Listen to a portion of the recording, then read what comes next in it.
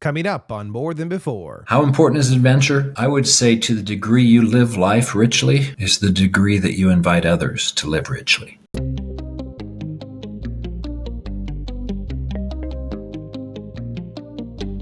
This is More Than Before with Nathan Cook. Hey everyone, welcome back. My guest today is an executive coach, has been for over 30 years. He has a passion for helping men who want to be rock star husbands, fathers, and leaders to their teams. Been married for over 37 years, which is absolutely astounding, especially in the world that we live in. He's passionate, he's kind, he's loving, and he loves to lift people up to enjoy the most in their life. Everyone, you are in for a really special treat today. Carl Gronberg, welcome to the show, my friend. How are you today? Good question. I'm a man full of gratitude today, Nathan. I love that. Quite frankly, I'm living with some eager anticipation also. Eager anticipation. Tell me a little bit about that. Just yesterday, I had a woman come up to me. She said, 8 years ago, you said something that changed my life. And I said, really? No idea. I was a greeter at our church, and she has a handicapped son who's in his 40s. And he has a whole ministry, even though he can't speak. So I said, how are you doing? And she said, I'm fine. How are you? And I said, I'm a grateful man. Nathan, she said that changed my life. And she said, it took me about 28 days to learn a new habit. But I started saying, I'm grateful too. And she said, all of the conversations that came out of that, from being grateful. And so when you say, tell me more about that, living with gratitude it's just a good practice. Living with eager anticipation is also. 100%. So I like to start out the day and start with some eager anticipation. Then I like to end the day with some deep gratitude. So that might be more than you asked for. No, I love it. I love it because I think that we all could stand to have a little bit more anticipation, eager anticipation, and also gratitude in our lives. And I love that because you live that out, that was able to shine on someone else to help them to do the same exact thing. You know, we are the best foot forward to be able to teach people based off of our actions, not based off of the words that we say. And as coaches, as people who have done training for a number of years, it's really easy to get into the mindset of, well, if I tell people, they're going to do it. And at the end of the day, it's not about telling, it's about doing. Do you walk your walk? Do you live what you actually say? And that's actually one of the things that I really love about you, Carl, is you are a man that is not afraid to admit that he's wrong, to change course, and to improve. You know, I wanted to start by asking you this because, you know, over a decade ago, someone invited me to partner with John Maxwell as a coach. And I knew two things back then. First of all, I did not know what a coach was. And second of all, I didn't know who John Maxwell was. And so you've been doing this for over 30 years now. And I have to ask you, how did you discover coaching? And like, what was your journey to coaching like? And how have you been engaged for over 30 years in being a coach? So how did you discover coaching? What was the journey to kind of get to this place? In the coaching aspect? And then what's kind of kept you engaged for so many years? In 1980, I met a couple that were a model couple. He was a businessman. He had a lovely wife. I was single at the time. And I remember looking at this couple and I thought, man, that's the kind of marriage that I want. I came from divorced parents. And so I really wanted to get marriage right. And I had this living, breathing example of love and respect and care. It's beautiful. That man, he had a business, and I wanted to own a business. And so everything about him, his spiritual life, was so intriguing to me. He ended up moving to San Diego, and I just called one day out of the blue, hey, how are you doing? And he said, I'm being mentored. You've got to call this guy. And then he said three things that really grabbed me. He said, if I was still a business owner, I'd be a millionaire. The current job that I have, I wouldn't have had if it hadn't been for this mentor. And he said, and people call me a natural at things I know I'm not a natural with. That was so intriguing that I made the phone call. If it was anybody else, I probably would have blown it off. And I'd like to tell you that I was very studious and very inquisitive. Actually, I was quite skeptical. Back then, phones were like this instead of like this. Yeah. So I made this skeptical call, and I was polite, but down underneath that was, who are you and what are you about? The only reason I'm talking to you is a person that I respect recommended you. So that's what was really going on the inside. 40 minutes later, I hung up and I thought, this man is not out for my money.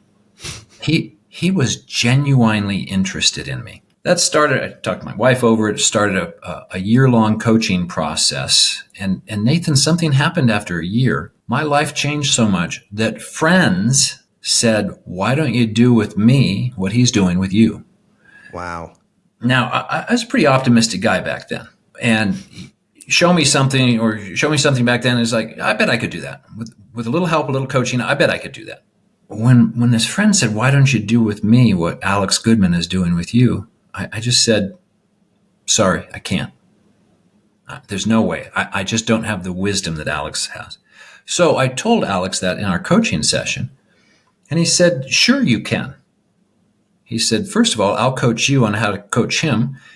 And he said, and as long as you're 2 weeks ahead of him, he'll think you know everything. So that's what started it. That one person became a coaching client. And then there were 3 more. I was in finance at the time. And so I just reached out to my client base and offered an introductory, call it session. And here I am 30 years later. What makes me do it? Somebody challenged me on this just last week. He goes, what's your deepest motivation? And I said, it's the fist pumping yes. So I hang up from a phone call, and with great exuberance, which I would say 8.5 years, I set myself a record of doing 70 miles an hour on the ski slopes. What was more exciting than the 70 miles an hour was that I was invited by my adult daughter to ski with her every week. Wow. But I'll still say 70 miles an hour for me is very exhilarating.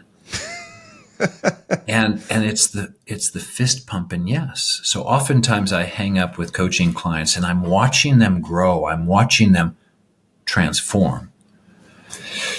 And that's a fist pumping yes. Now, you grew up in California, if I'm not mistaken. You actually never left California, it seems like. But so you grew up in Novato, California, which is, 25 miles north of San Francisco. Is that right? Yeah, right to my door. Right to your door.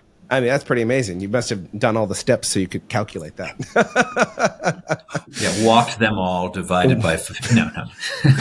Well, I'm curious for you, what were family dynamics like when you were a kid? Especially being the middle child. It's funny, there's all these trends going around.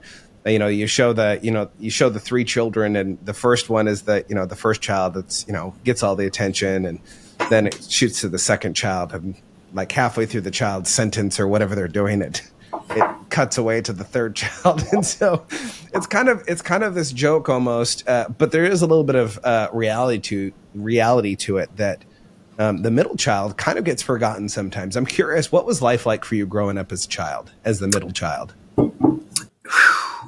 Nathan, you're asking deep questions. First of all, because I was the first son, it's a little bit different. I was very outgoing. I knew I couldn't measure up to my sister because she was compliant and she did real well in school. She was an A student. I was a BC student. So growing up, it wasn't until I really looked at those life-defining moments. To me, life-defining moments are things in our past that were very positive or very negative, but they impacted our very identity. So if you'd asked me when I was in my young 20s, I would have said I grew up in a pretty average, loving home. And I can name some really great things about my parents. They loved me well, but they were also human and they weren't perfect. So I didn't know that my dad had high standards that I just couldn't meet. So what was life like growing up? Well, it was great and it was horrible. Now, how can I say that? Well, I've got great memories of, riding on my father's back, playing horsey in the hallway, and a belt around his chest, and how fun that was. And the fact that we didn't have a tree house because we didn't have a tree. That didn't stop my dad. So we had a telephone pole house. Now that's pretty cool when you're growing up to have a telephone pole house. And we could climb up there and pull up the rope ladder and nobody could get up there. So there were lots of wonderful things and adventures, 5-week vacations of water skiing, so lots of adventures. I'm very grateful for my father to this day, causing me to look at life as an adventure. But my parents didn't have a good relationship, and that was really hard. Call it, middle child. I did take it the hardest. So that was tough. And this thing of not measuring up, many times I've now said this, I couldn't paint the fence right, and I couldn't mow the lawn right, and I couldn't sweep the kitchen floor right. And so what I realized, my dad was a master, but he didn't know how to invite me into that. So at a very young age, I came to believe I was the helper. I didn't get to participate in the creation. And just to add one other thing, beyond the telephone pole house, etc. My father, when I was 13, he took a hacksaw to a brand new Dodge van, and in 7 years turned it into a spectacular custom motorhome. Spectacular. So much so that 20 years later, he brought it to a motorhome manufacturing plant, and their designers spent an hour and a half taking notes on how unique this motorhome was 20 years after he finished it. Wow. So, really cool guy. Now, is it any wonder when you start looking at those things that when I actually passed my father in something, that I became very impassioned? So when I was 12, 13 years old, I became a better water skier than my dad. It was the first thing I could do better than him. Can you understand why I might have been a little addicted to wanting to be the world's best water skier? Well, you were also nationally ranked, correct, too? At one time, I was ranked number 3 in my age division, the men 1 division. How that ranked me in the world, because my boss, I was a water ski instructor for the then world champion Mike Siderhound. So I really wanted his spot. I think I'd probably say I was top 50, top 100 in the world, something like that. Wow. But definitely had the 3rd overall in the nation. So what was the transition like then? 'Cause I think there's kind of this reality in our minds that kind of sets in at one point, because we find something that we're really good at. Like for me, it was martial arts. I was really good at martial arts. I was good at teaching it. I was a good fighter. But there was a moment where I realized that I wasn't the best fighter, and that I wasn't going to be the best fighter. And it was a little bit of a sobering moment for me, but it also allowed me the opportunity to broaden my horizons, to do other things, to try other things. Was there a moment in your life that there was maybe a reality of like, maybe this isn't going to be something that I'm going to attain, and maybe there's something else that I want to start focusing on? Was there a moment in your life that you did that? The way you describe it sounds much more pleasant than what I experienced. So somewhere after I ranked there 3rd in the nation, and I saw some remarkable things happen during that time. I sensed that there was an amount of ego in this whole thing of pursuing the world's best that seemed unhealthy. So I remember making the decision I had to let go. Here's the problem, Nathan. I didn't know what to turn to. I didn't. So when you said, let go and turn your eyes to something else, I didn't know what to turn my eyes to. So I became quite lost. And at age 23 was the first time I couldn't stop eating. From the time I let go of that pursuit, I didn't know how to deal with the emptiness. So, by the way, for all the listeners, I don't recommend physical pleasure for emotional pain. It usually It- ends poorly. Oh my gosh! So I would eat. I often said, if one fistful of food made me full, I had three fistfuls. I would eat till it hurt because the taste would take my mind off of the pain. So that was a tough time. Eventually, and boy, I'm telling you, this was some years, that transition from I'm going to be somebody from my water skiing, which I don't recommend either. You need to be yourself and then see what yourself does. Now, that's probably a deep conversation in itself. So yeah, that was a hard time, a hard transition. Well, I love that you say there because so many people, like even in their gifts and their talents, they look at other people that are really good who have developed them, and they look at those people and they say, I want to be just like that person, right? If it's a speaker, they say, I want to be, just like a Tony Robbins or a John Maxwell or, Ed Milet, fill in the blank of whatever speaker that is, or ice skating, Tara Lipinski, or you fill in the blank with someone that does really good at a craft that you're good at, and all of a sudden you start to almost long to be that person, long to have that person's life.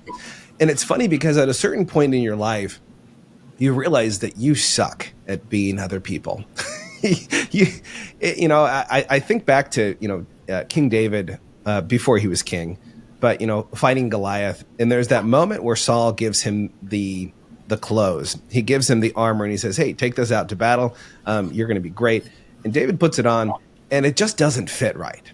How many of us are putting on clothes, putting on armor, putting on personalities that don't actually match our core of who we were created to be? And when we do that, we're essentially putting faulty software on a false structure. And at the end, it never ends well, because it just doesn't align. It's like putting Microsoft on a Macintosh. It might work for a little bit, but at one point, you might actually have a computer that explodes on you.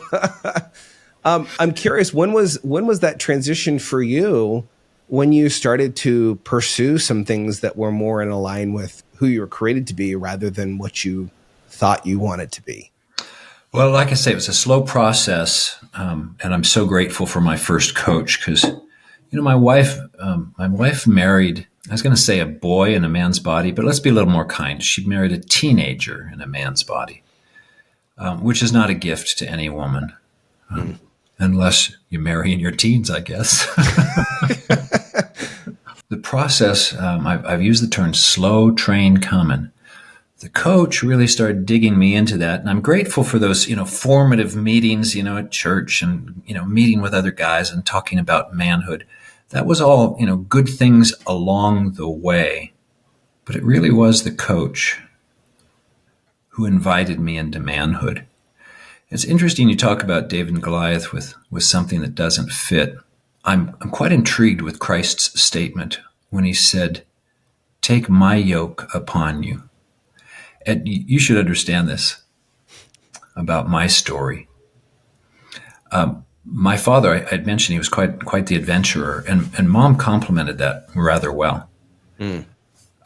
But he also communicated very clearly that work was more or less a necessary evil. Work is what you had to do, so you got to live the adventure. So Dad was a lot about fun and adventure. And so, again, I welcome that because my life is an adventure. But I had a real bad attitude about work. So that long, slow train also included a redefining of some key words that I think all of us need to really understand how they fit and deal with our life. For example, what is a real man? What is the role of money? What's a woman? What is sex about? And understand, what did I learn about these things? And did I really learn the truth? Do I have any purpose? These are things to really wrestle with. What about death?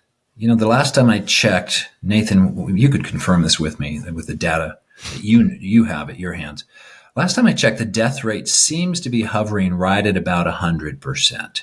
Yeah. Is that something you validated? Yeah, I'm pretty sure every person that I've come in contact will die at one point. Yeah, and arguably there's this guy Jesus. Okay, Yeah. So other than that one nuance, it looks like for the rest of the data, the rest of us, death is pretty much a given. So why not wrestle with it? I was terrified of it. I had thousands and thousands of panic attacks around death as I was growing up. What a wonderful thing to outgrow, to deal with.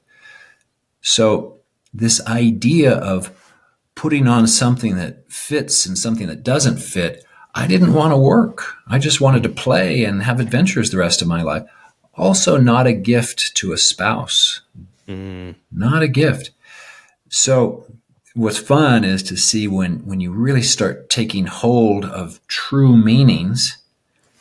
I love the fact that there's another place in Scripture that says we are his workmanship.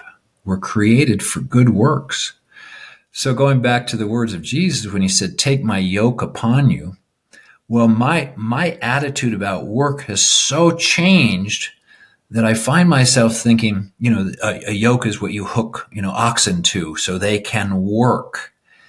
And I find myself thinking about the yoke that we're designed for. And Nathan, when we put that baby on, we start going, yeah, custom fit for me. I can really get some stuff done now. And so whether I'm strapping on a new water ski and go, I'm going to really do something with this, or maybe I happen to have a real affinity for power and speed. I like to sit in a really hot car because I can do something with a really hot car. So much like our own work, when we understand the work that we're designed for, well, now I'm back to the fist pumping yes. And I love that so much because I think so many people, they're like in a Ferrari. Their life is a Ferrari, but they're treating their Ferrari like a jet ski. It just doesn't work. There are certain things that you are built for. And when you understand those things, your world truly does open up. I love that you brought up your marriage and your wife. Like I said earlier, 37 years, that's nothing to blink at. It's a feat in itself. I think we live in a culture today, a society that has forgotten the importance of working on their marriage, that it takes effort. It's almost assumed nowadays that if you find the right person, there will be no struggles. You won't have difficulties. Everything will just be a nice breeze. And I think that's why divorce rates are so high. We have disillusioned ourselves into thinking that any relationship is easy.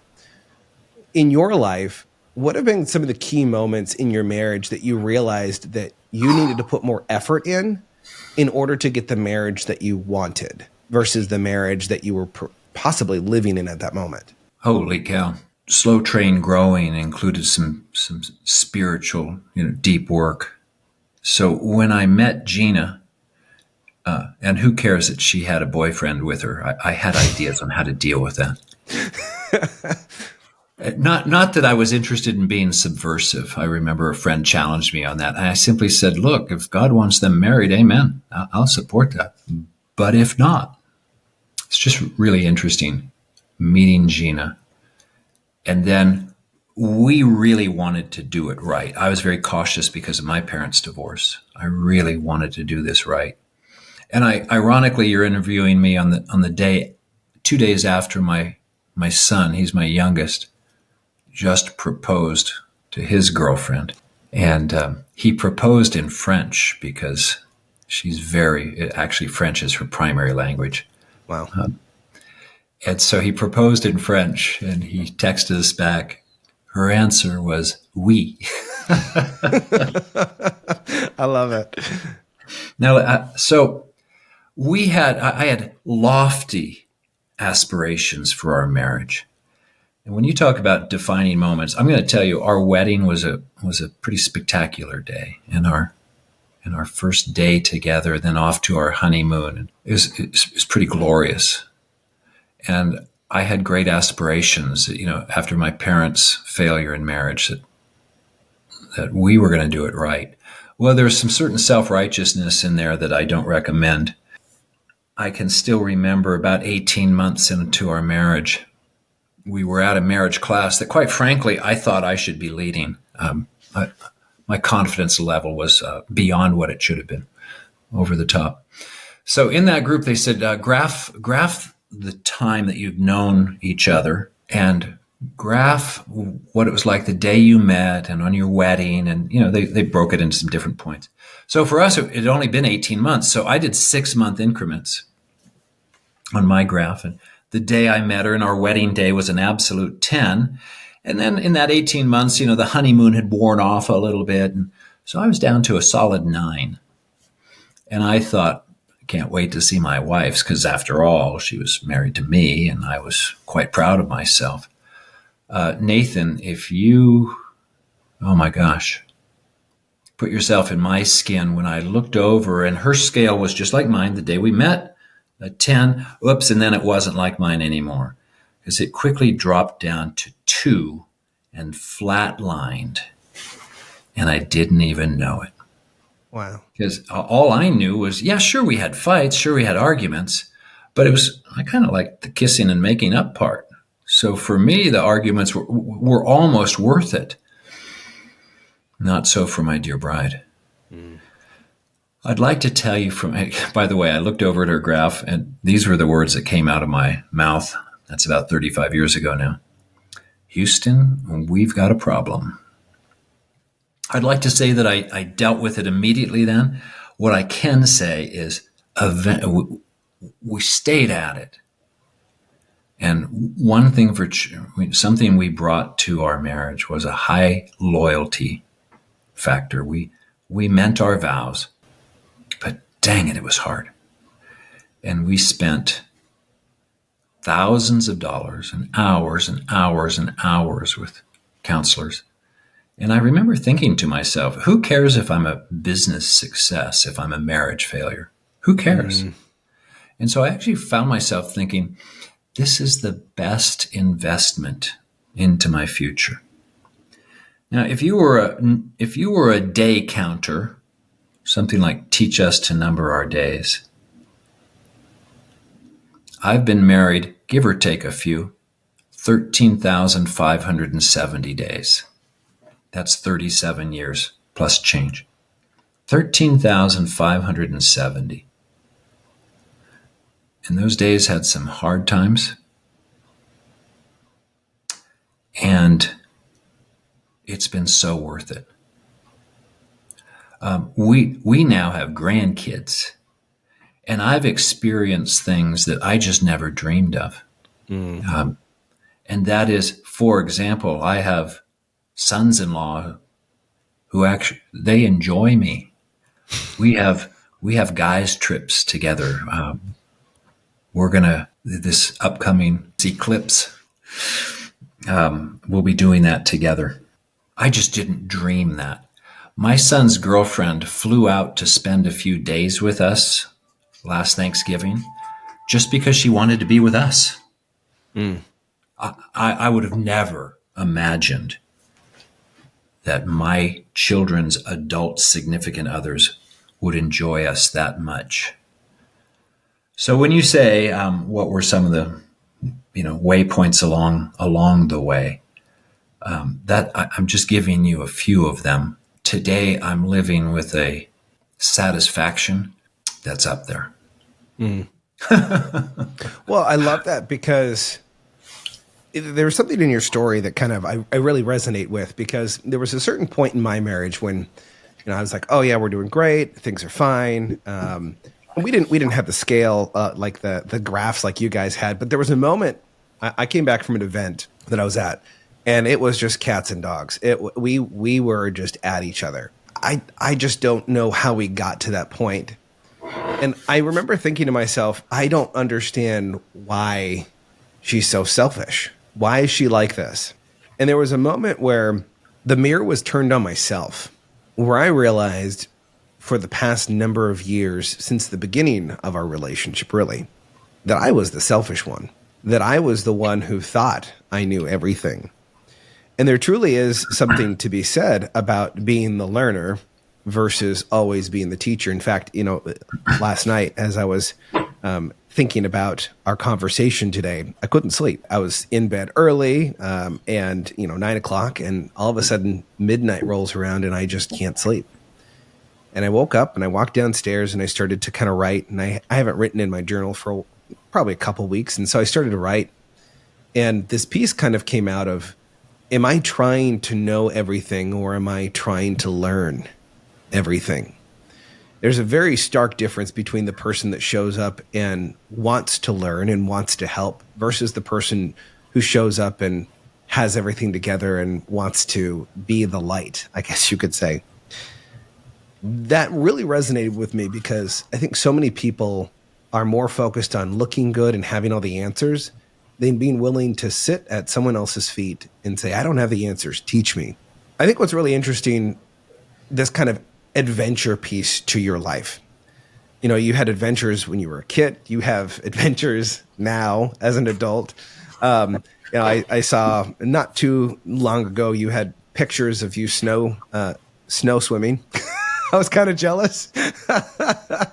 And you've had some incredible adventures. I believe in Paraguay. You were going to Paraguay and you stopped off to drive a boat, a ship through the locks of Panama, which is really funny because I think we were probably there around the same time. And at that time, we didn't really know each other. But I'm curious, what is the importance of making your life an adventure? Because so many people today, they wake up, they're going through the grind to their job, they come home and they look at their family as an obligation, and life is not an adventure anymore to them. Life is just a mundane thing that they feel like they have to get through to get to the end of the day, to get to the weekend, to get to the next family vacation or boys trip or whatever it is.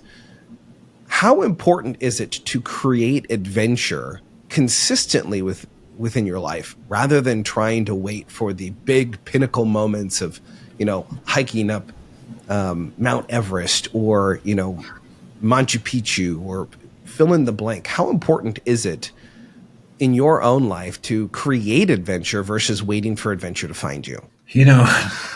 Nathan, for me, it's crucial. And here's why. When you're a father of young kids, they pretty much do what you say. If they don't, you might There's a consequence. give them some sort of discipline. But when children become a teenager, and think about your own teen years, I certainly remember mine, we pretty much have made our decisions. If you're not living the kind of life that people are attracted to, including your own children, they will find reasons to not visit you. Disclaimer, jerk alert. I was way too strict with my kids. And the only reason why my children want to spend time with me is because I finally realized that it was all about me and how I looked, how the Gronberg family looked. I think you'll understand how the Gronberg family looked. Damn it.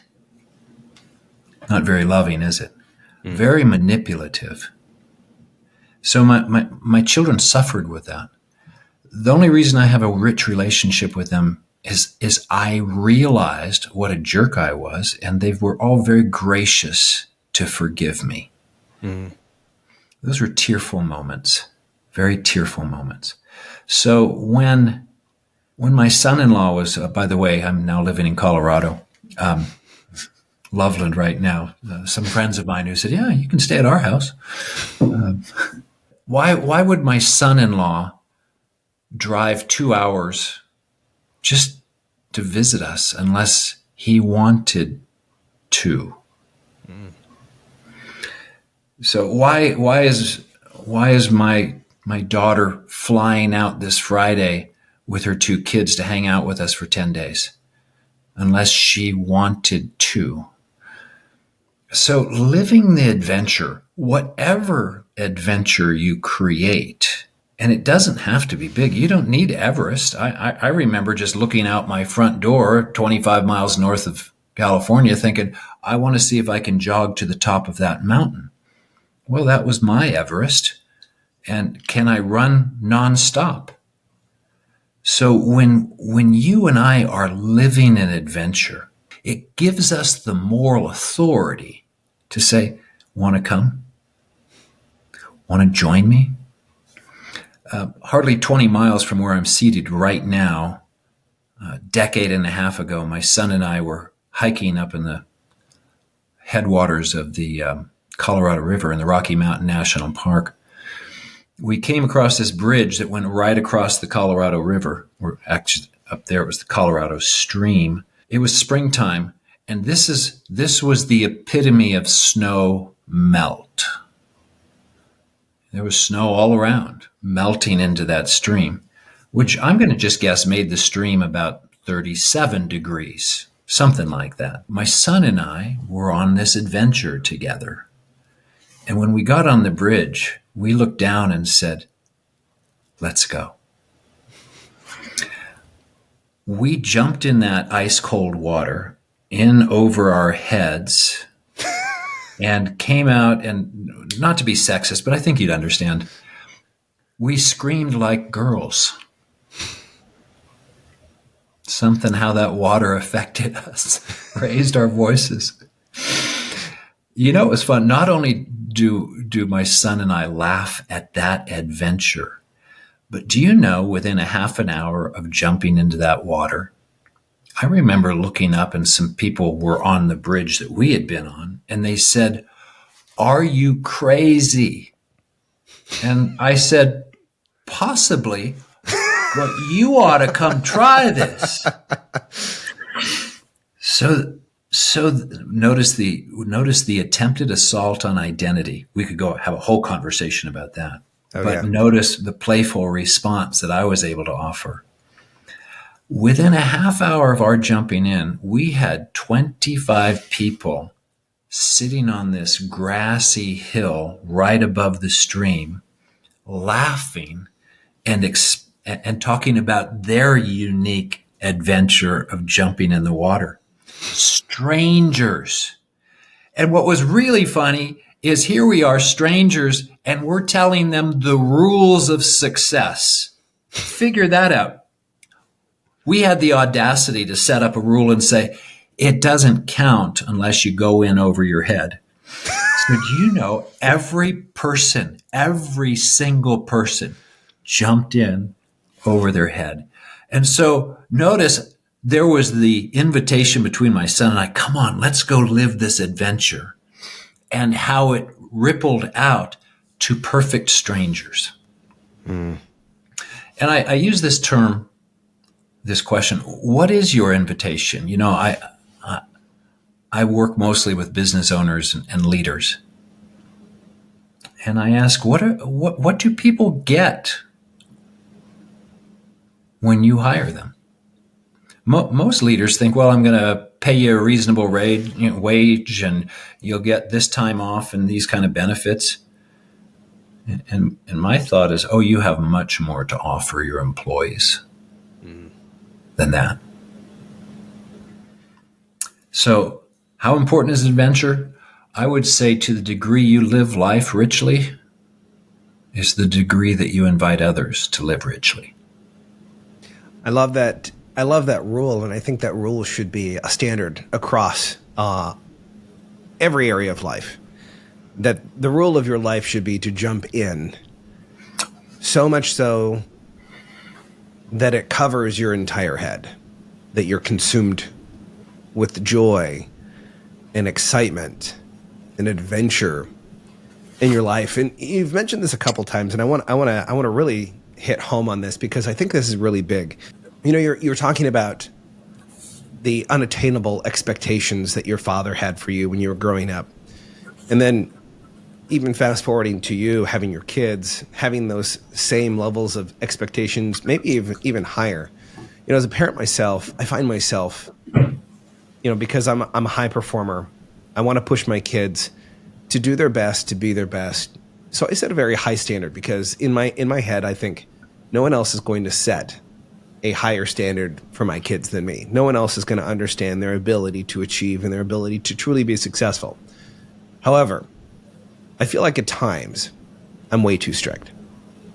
I stifle their creativity, their imagination. My wife sometimes looks at me and she says, "Don't rob our children of their joy." And man, that cuts to the core of me. As someone who's a high achiever, and I know that maybe, there were things in the past that, you taste success and you want to have more of that. And so you want to push towards that because there's an identity sometimes that we wrap around success. I'm curious for you, what would you say to parents who have high expectations for their kids and they want to see their kids successful, but they don't want to push their kids away? They don't want to be over strict. What do you say to the parent who has that hard time balancing between reality of having kids, like they are a kid, and also the opportunity to challenge your kids to be better than they're acting currently? How do you balance that? Great question again, Nathan. How do you do this, man? Keep asking these great questions. When I work with my leaders, I make sure that they all have a signaling device. And I say, this is called the BS flag. And I say, now, when you listen to what I say, if what comes out of my mouth doesn't apply personally, professionally, and relationally, call BS on me. I said, by the way, I get a signaling device also. You're bringing me back to something that my first coach brought into me or introduced me to with my wife. And now I'm going to bring, and I'll connect that to the kids personally, professionally, relationally, or you're going to wave a flag on me. So I remember when my coach was challenging me in my love for Gina and how it would express itself.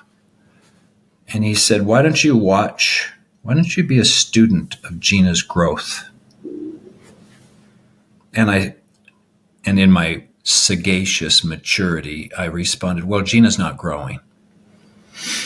Now, my first coach, he had this rich laugh that if you'd imagine a Santa Claus, ho, ho, ho. He laughed with that kind of laugh, ho, ho, ho. And he said, I suspect she is growing, and you just might not be seeing it. Add a couple decades to that, I remember sitting with my wife and I said, I can name 100 things I love about you. And she said, no, you can't. I said, let's start with 25. And in minutes, I rattled off 25 things. I said, would you like the next 25? And she said, no, I'm good. I'm good. Okay, now let's bring that to the kids. Rather than push, what if we discover? What if we're actually so intrigued with our kids that our daily curiosity is, how has this person been designed? And it's interesting that you mentioned adventure and how big do they have to be. It is such an adventure to discover how your children are designed. It's so awesome. So when you're really intrigued about kids being their best, you have this passion for them and you celebrate those things about them. Recently, I told you that my son is now engaged. Last year, while the men were together on a little adventure, that's when my son said, I'm thinking of joining the Marine Corps. That was a shock. Fast forward, my son is now a Marine. And he's not, and I was hoping he'd go into linguistics. Just for listeners, Marines are the first one into the problem. They're on the front line. If you watch Band of Brothers, they're the ones going in first. I was with a friend yesterday, and his son is a remote air traffic controller. So Marines can go in and create an airstrip in short hours, and he's the one bringing in the aircraft.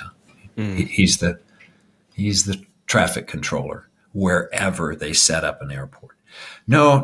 My son is an infantry. If you're going to die fast in the military, infantry is the place to be. Highest odds. Now, obviously, not everyone dies in that. It's just that my son picked something extremely high risk. And I got to say, he's made for it. And when I said, he goes by Carl also. So I said, Carl, why'd you pick infantry? And he said, Dad, these are my men. What am I going to do with that except support my son? Now, has he signed up for an adventure? Dear God Almighty. I love that you say to study your kids. You know, it's funny because when our kids are born, when you're holding them, you know, if you're not a parent yet, by the way, listening, when you do have kids, if you ever have the privilege of having your own kids, there's a moment when you hold your kids where you go, holy Toledo, I have no idea what I'm doing. Yeah.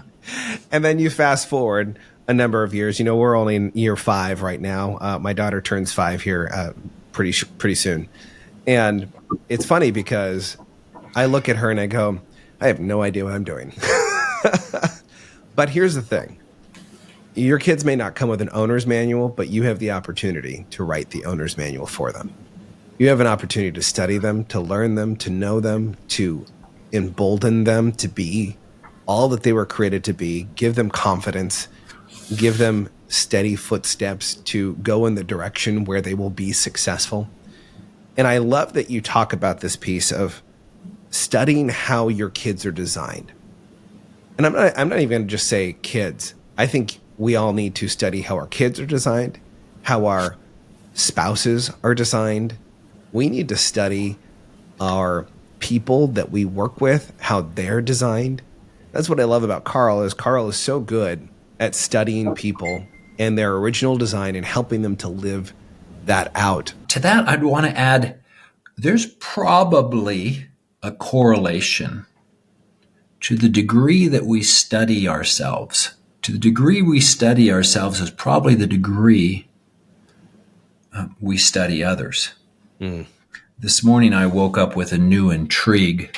People like to diminish feelings and just do the right thing. Think of David Goggins, just do it, so to speak. I don't know him real well, but who cares how you feel? But look at people who have unhealthy habits. And I probably have a PhD in unhealthy habits, an honorary one.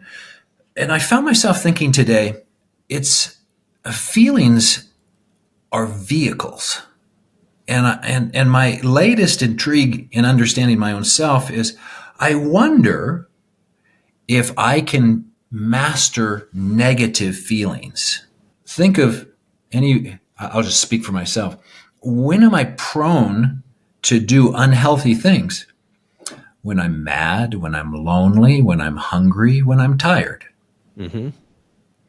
And so why not use those negative emotions to be vehicles that cause you to make healthier choices in times of weakness?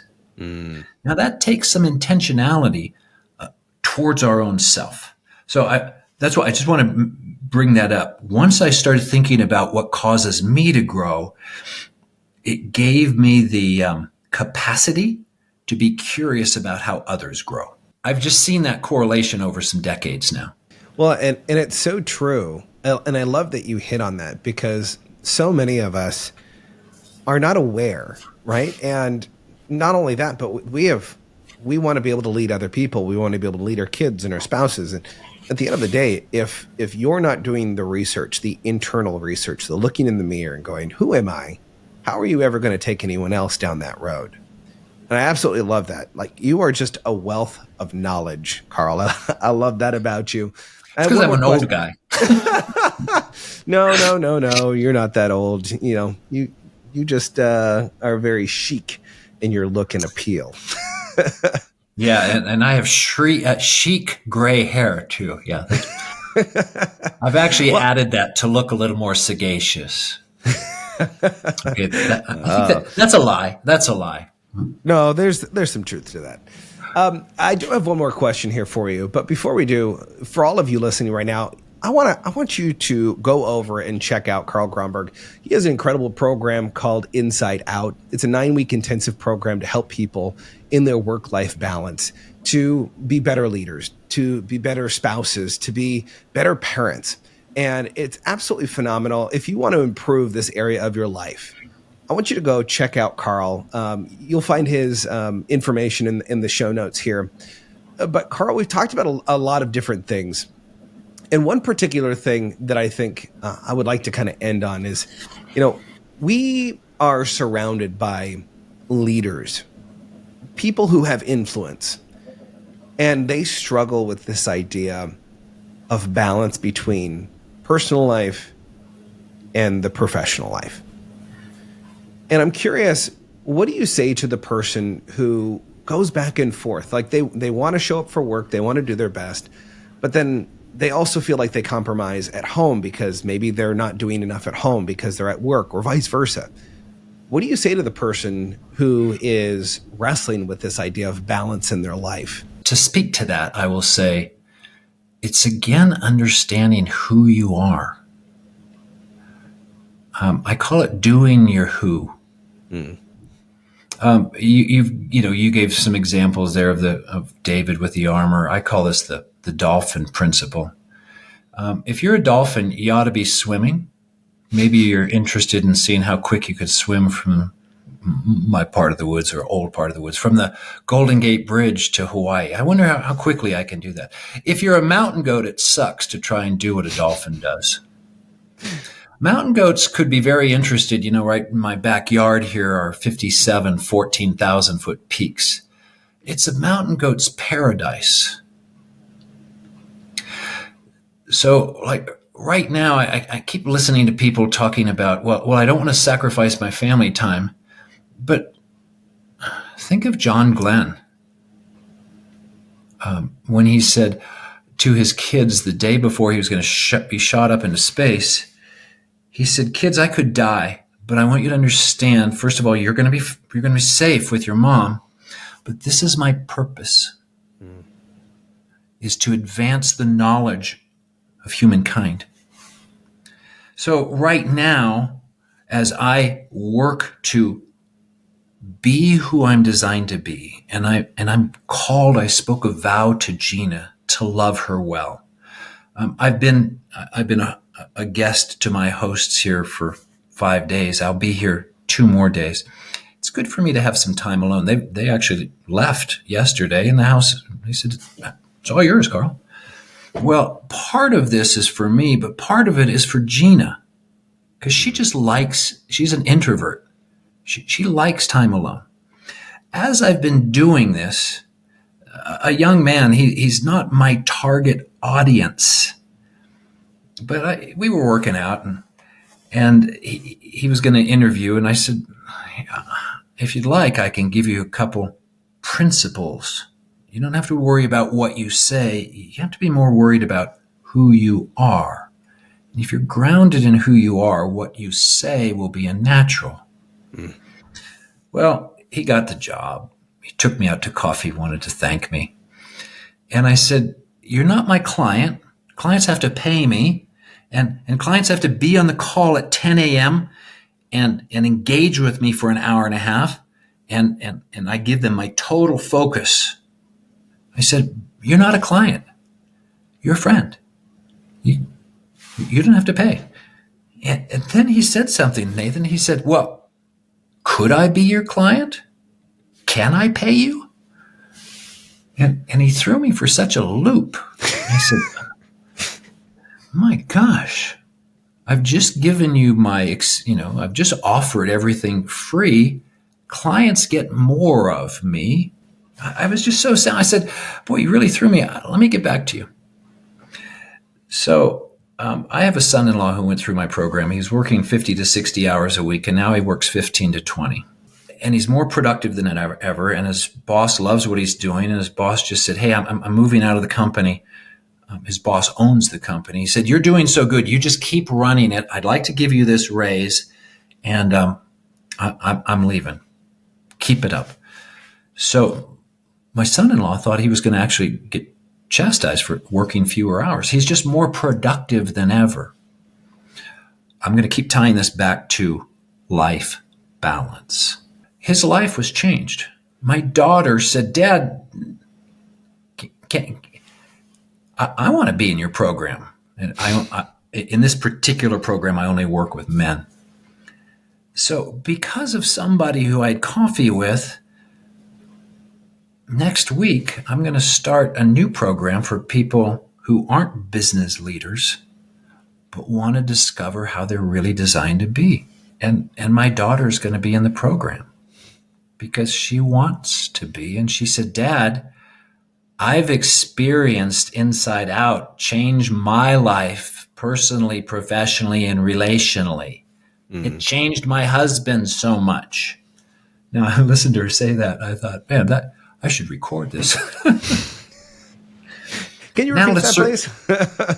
It's just so funny. And she wants to be in this thing. And we had the most tender conversation about it just 2 days ago. And I just texted her today. I said, hey, we're going to go forward with this program. She goes, great. Now let's plug that into life balance.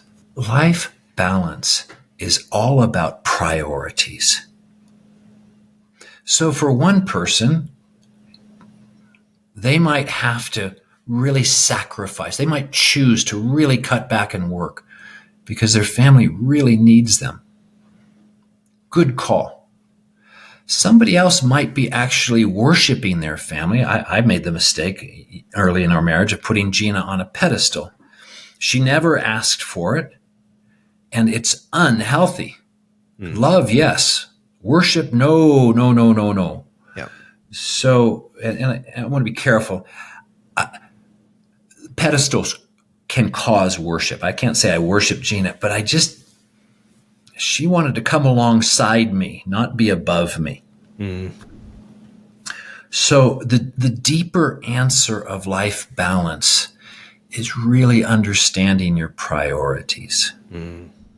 Someone might say, Carl, you're at retirement age. Yeah. And I have friends that I'm in contact with for over 60 years now, friends from kindergarten. And we still get together and compare notes. Some of them are retired. God bless them. But in my life balance right now, this is some of the most exciting work I've ever done. So that, to me, the answer to that question is, do you understand who you are and what you're designed for? And can you use that good mind of yours combined with a caring heart to prioritize life well?